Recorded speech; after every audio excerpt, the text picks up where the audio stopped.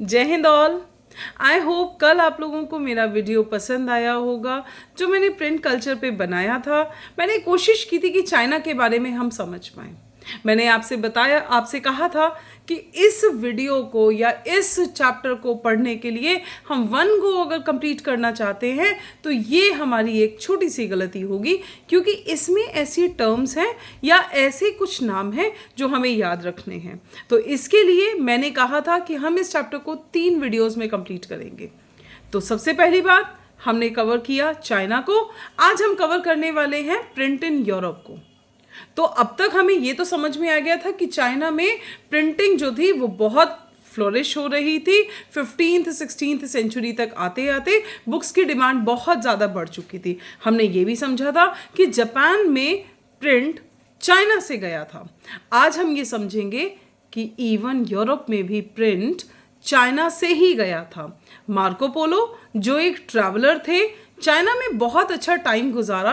Finally जब ये वापस लौटना चाहते थे इटली, यानी हम बात कर रहे हैं 1295, तो 1295 में ये अपने साथ लेकर आए चाइना का एक नायाब तोहफा, टेक्निक ऑफ प्रिंटिंग।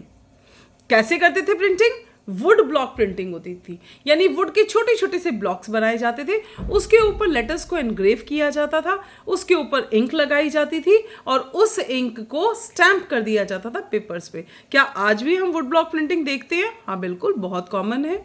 आपने जनरली देखा होगा मेलों में मम्मियाँ जो मेहंदी लगवाती हैं अपने हाथों पे, वो इंस्टेंट मेहंदी जो ब्लॉक्स के ऊपर बहुत खूबसूरत डिज़ाइन बना हुआ होता है, वो वुड ब्लॉक प्रिंटिंग है। इसके अलावा जो रबर स्टैम्प्स आपने देखी होंगी, रबर स्टैम्प्स भी वुड ब्लॉक प्रिंटिंग का एक तरीका ही है। तो यही वुड ब्लॉक प्रिंटिंग 1295 में मार्को पोलो अपने साथ इटली लेके गए।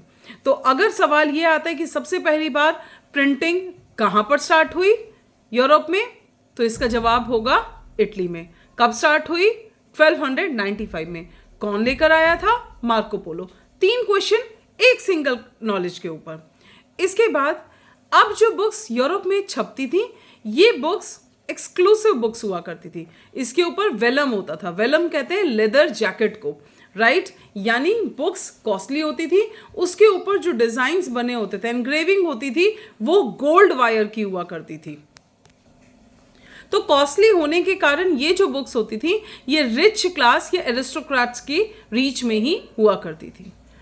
क्या ये बुक्स कॉमनर्स के लिए भी अवेलेबल थी?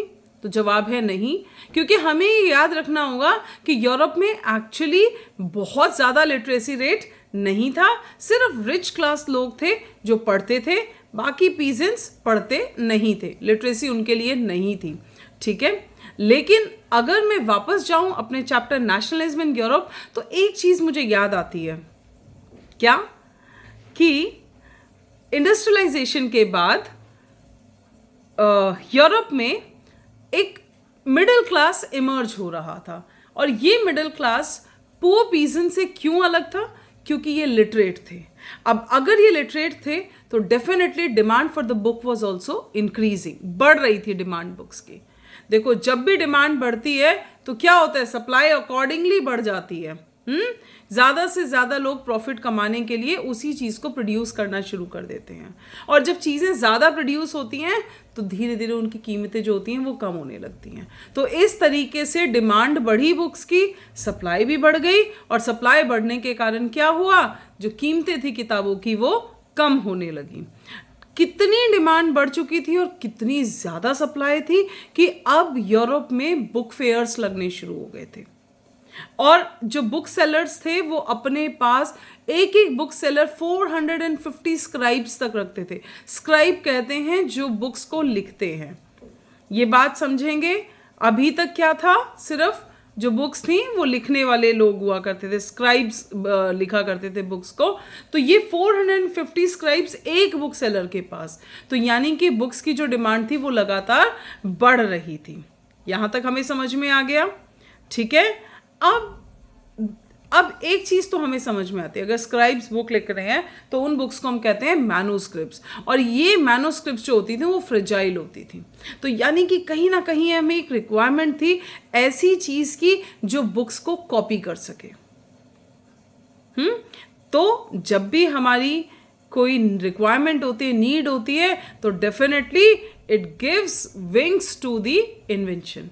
तो ये इन्वेंशन हुई किस फॉर्म में? जोहान गुटेनबर्ग की पहली मैकेनिकल प्रेस। तो पहली प्रिंटिंग प्रेस बेशक से चाइना में बनी थी, लेकिन पहली मैकेनिकल प्रिंटिंग प्रेस कहाँ पे बनी थी? ये बनी थी जर्मनी में। बनाने वाले थे जोहान गुटेनबर्ग। और कब बनाई थी? इन्होंने ये बनाई थी 1430s में। ठीक है, तो कैसे अलग थी ये बाकी प्रिंटिंग प्रेस से? देखो, हम जब भी कुछ नया इन्वेंट कर रहे होते हैं तो पुरानी चीज़ों को साथ में लेकर चलते हैं। जॉन गुटेनबर्ग के बारे में अगर बात करें तो ये एक एग्रीकल्चरल बैकग्राउंड के इंसान थे, साथ में ट्रेडर भी थे। और इन्होंने अपने घर में ऑलिव एंड वाइन प्रेसिंग देखी थी। क्या होता है ऑलिव प्रेसिंग, कैसे की जाती है? 2 वुडन प्लैंक्स होते हैं, ठीक है, बहुत बड़े बड़े 2 वुडन प्लैंक्स होते हैं। उन वुडन प्लैंक्स में ऑलिव्स को रख के प्रेस कर दिया जाता है। ये इस तरीके से ऑलिव प्रेसिंग की जाती थी।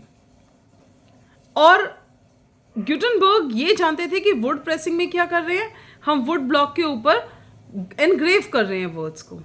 तो 2 चीज़ों को एक साथ यूज़ किया।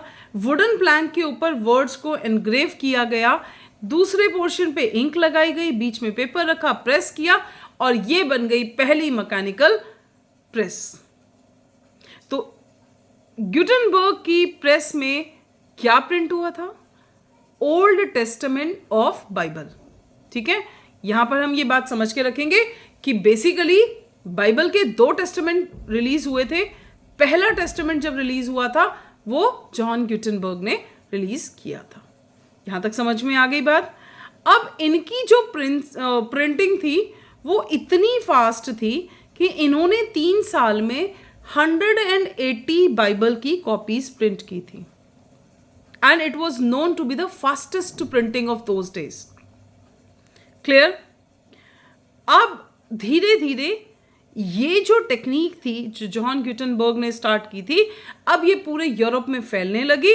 और धीरे धीरे देखते देखते 1450 से 1550 की बात करें तो इस 100 ईयर्स के ड्यूरेशन में करीब 20 मिलियन कॉपीज प्रिंट हुई। राइट? अब हम समझ सकते हैं कि यूरोप में बुक्स की डिमांड जो थी लगातार बढ़ रही थी। Is this clear? यहां तक समझ में आया? अगर कोई भी डाउट है आप अपने कमेंट्स में डाल सकते हैं। 16th सेंचुरी को हम लोग जनरली कहते हैं कि ये वो सेंचुरी है जब print revolution full fledged form में आया था। Is this clear? तो आज हमने समझा कि किस तरीके से प्रिंट यूरोप में पहुंचा था। नेक्स्ट वीडियो बनाऊंगी इस बारे में कि किस तरीके से प्रिंट के प्रोज एंड कॉन्स हमने यूरोप में देखे थे।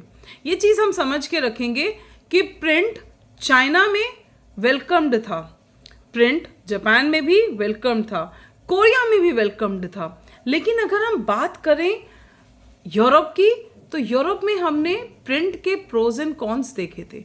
नेक्स्ट वीडियो इसी के बारे में होगा। Keep watching my videos, share, subscribe and like. Okay, it gives me a motivation. Thank you. Jai Hind all.